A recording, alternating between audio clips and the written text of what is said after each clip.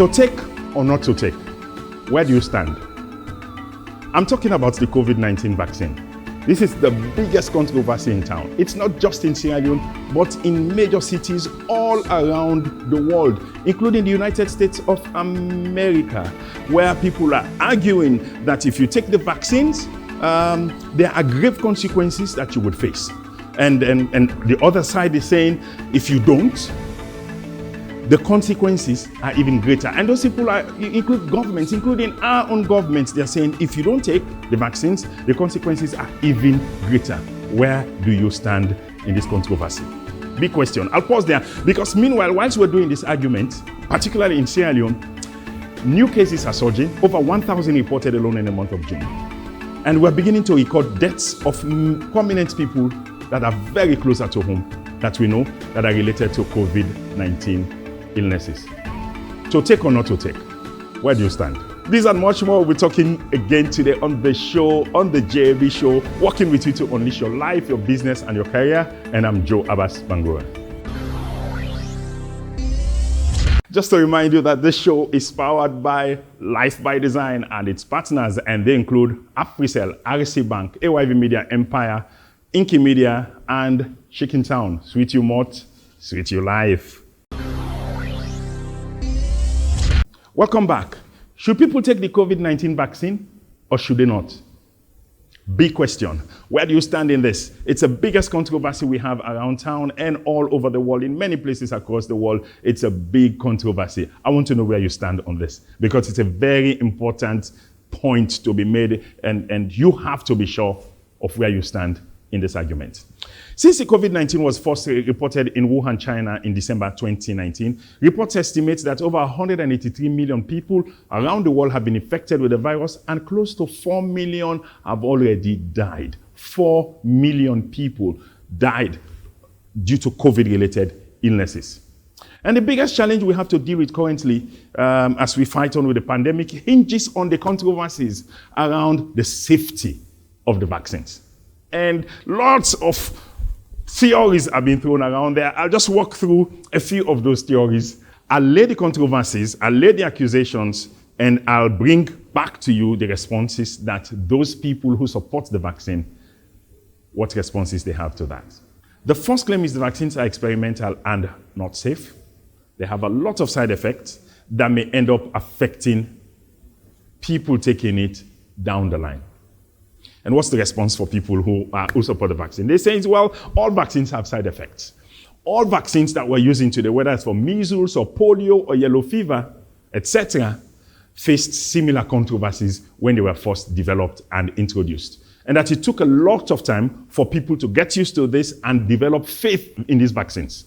And another major point they make is that direct fatalities attributed to the vaccine, that means evidence that they have of people dying as a result of having taken the vaccine, is less than 0.0001%. Very slim that that this is the case, that people will die as a result of taking the vaccine. 0.0001%. That's the response. Second accusations levied against the vaccine is that it has electromagnetic elements that would be used to surveillance people in the future. Electromagnetic elements. Now, you've seen videos from around the world where people take metal elements and put it over the location in their arm where they took the vaccine, and they're showing you evidence that it sticks there, and then because there's magnets on their arm as a result of the vaccines that they had taken. And electromagnetic, let's look at the electrical side.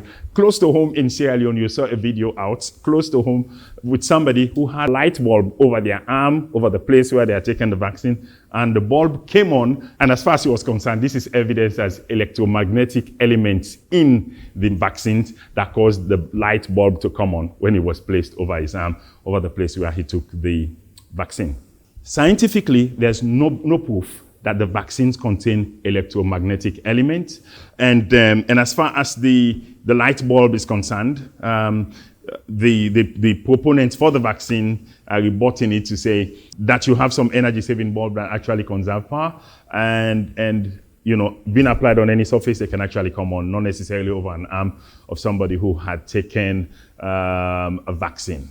Controversy number 3 that's been laid on the table regarding the vaccine. People say it's related to 5G technology, and they're citing some statements made by Bill Gates a couple of years ago. Response from the people who support the vaccine, that there's no scientific proof at all.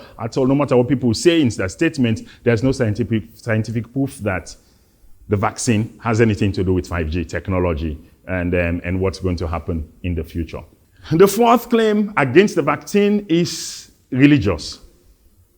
Now, religious people believe that this is related to a prophecy in scriptures in Revelation chapter 13. It talks about a new world order.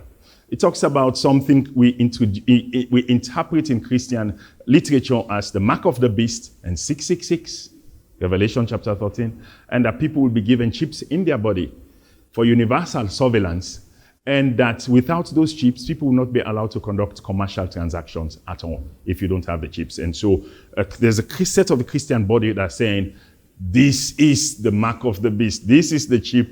That's why we're talking about electromagnetic materials in the vaccine that are in the body. That's the claim that's been made. What's the response for my friends on the right who say they support the vaccine? They're saying, the response is that the text in Revelation has been used right through Christian history as relating to events, even applying in those times. It's been used several times. This is not the first time it's been used. Like prophecies we've had about the end of the world from Jim Jones' era, and at every point in time, maybe every 50 years, somebody shows up and says, I have a date that the world is going to end. And so these proponents of the vaccine are saying this is just one of them. It's not the first time that this has been thrown, that this is the mark of the beast and the 666. It's been done before. That is their argument. So, my friends on the left, what's the next accusation being levied against the vaccine? And it's that the vaccine will permanently alter people's DNA, and so that the alteration will be passed on to a future generation, and it may not be for good reasons. It may affect the health of future generations. Again, response, my guys on the right, it's not proven at all that this is the case. No scientific proof anywhere to show that this is the case. Number 6 evidence on the table. Number 6 claim on the table on those people who oppose the vaccine is that the vaccines are causing the virus to mutate. What happens for the virus to be able to survive?